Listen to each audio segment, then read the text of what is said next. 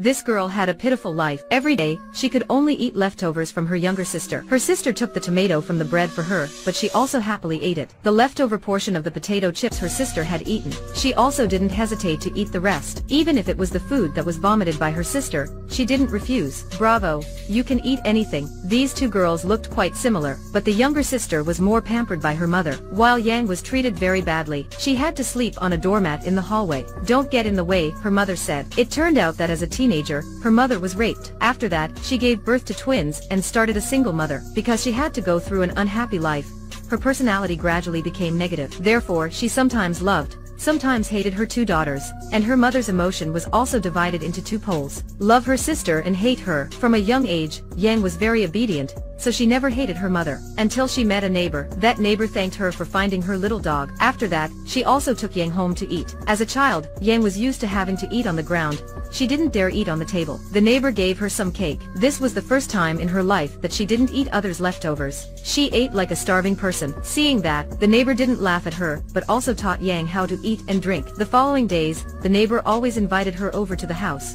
Yang felt this neighbor's love for her, which she never had. The neighbor even put her house key in the booklet, and gave it to Yang. Unexpectedly, her mother had seen this booklet, and thought Yang stole it. She was extremely angry, then even brutally beat Yang. However, the key was still in the book, so Yang had to quickly get it back. But the mother threatened her, "If you enter my room, I will definitely kill you." After a moment of hesitation, Yang still decided to get the key back. When she just got the key and prepared to leave, suddenly, her sister entered the room, so Yang hurriedly hid under the bed. Her sister wanted to take the CD in the mother's room, but her sister carelessly spilled water on her mother's computer, which made it turn off. Her younger sister immediately blamed Yang. Knowing this, Yang rushed to find that kind neighbor. Unfortunately, the neighbor passed away in an accident. Yang was extremely hopeless, but if she went home, her mother would definitely kill her. After that, Yang came up with a plan. She came to meet her sister, and said that her mother already knew who spilled the glass of water. That made her very nervous and fell into Yang's plan. "Let's change our identity one day. I'll be beaten for you," said Yang. Yang made her sister's hair mess like her, and then they swapped identities. After that, the younger sister went home in Yang's appearance, but she didn't know the death was waiting for her. The mother mercilessly killed her daughter. She still didn't know she had killed the wrong person. She didn't know that the younger sister is now Yang, and even told her to write a letter. Looking at the handwriting, the mother was a bit suspicious. Yang knew she was exposed sooner or later. So at midnight, Yang ran away from home quickly. She also took the neighbor's dog around the world. Actually, everything wasn't so bad, because she was freed from that cruel mother and gloomy house. Also means she had freedom. When waking up, these two children found that they were locked in a slimming center. All their favorite food were disappeared. Each day they were only eaten a sandwich and a cup of milk. However, they didn't know who had done that, so they had to find a way to get out of this place on their own. Seeing the dirty gutter in the room, she observed the movement of objects underwater.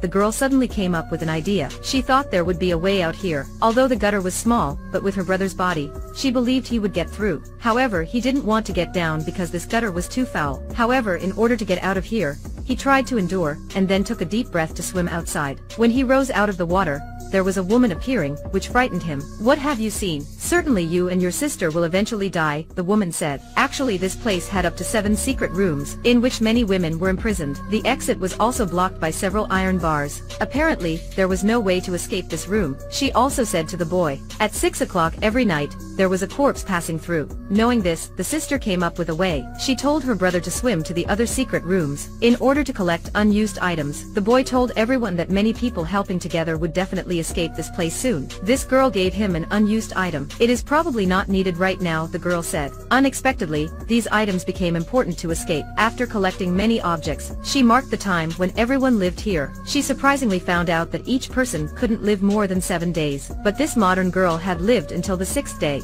That day at 6 p.m., they discovered that the water had turned red in the blood. There was also that girl's fingernail underwater. Hence, they also knew that their dead day was also coming. Today, this boy also went to collect items. When being about to leave, suddenly they heard the sound of the electric chainsaw. That made the girl extremely frightened, and she hurriedly hugged her brother tightly. "I don't want to die. Don't let me die alone." The girl was waiting for her brother, but he hadn't returned yet. Seeing the blood in the water, she was extremely desperate and cried loudly. Fortunately, the boy was still alive. When the kidnappers entered the room, luckily the boy had escaped, and also informed her of important information. The door of the secret room was blocked by a bolt on the outside. Therefore, the older sister immediately made a plan. That day, the sister used a condom made into a small bow and shot the light bulb. When the kidnapper came in, the sister covered her brother behind her back. "I won't allow you to touch my brother," she said. Hearing that, the man found her interesting. The girl then immediately shouted, "Run away." Thanks to that, the younger brother quickly ran away, and locked up both the sister and the kidnapper inside. It turned out that the sister used the unused clothes to make a dummy like her brother. Even if she died, she was determined to protect her brother. In one night,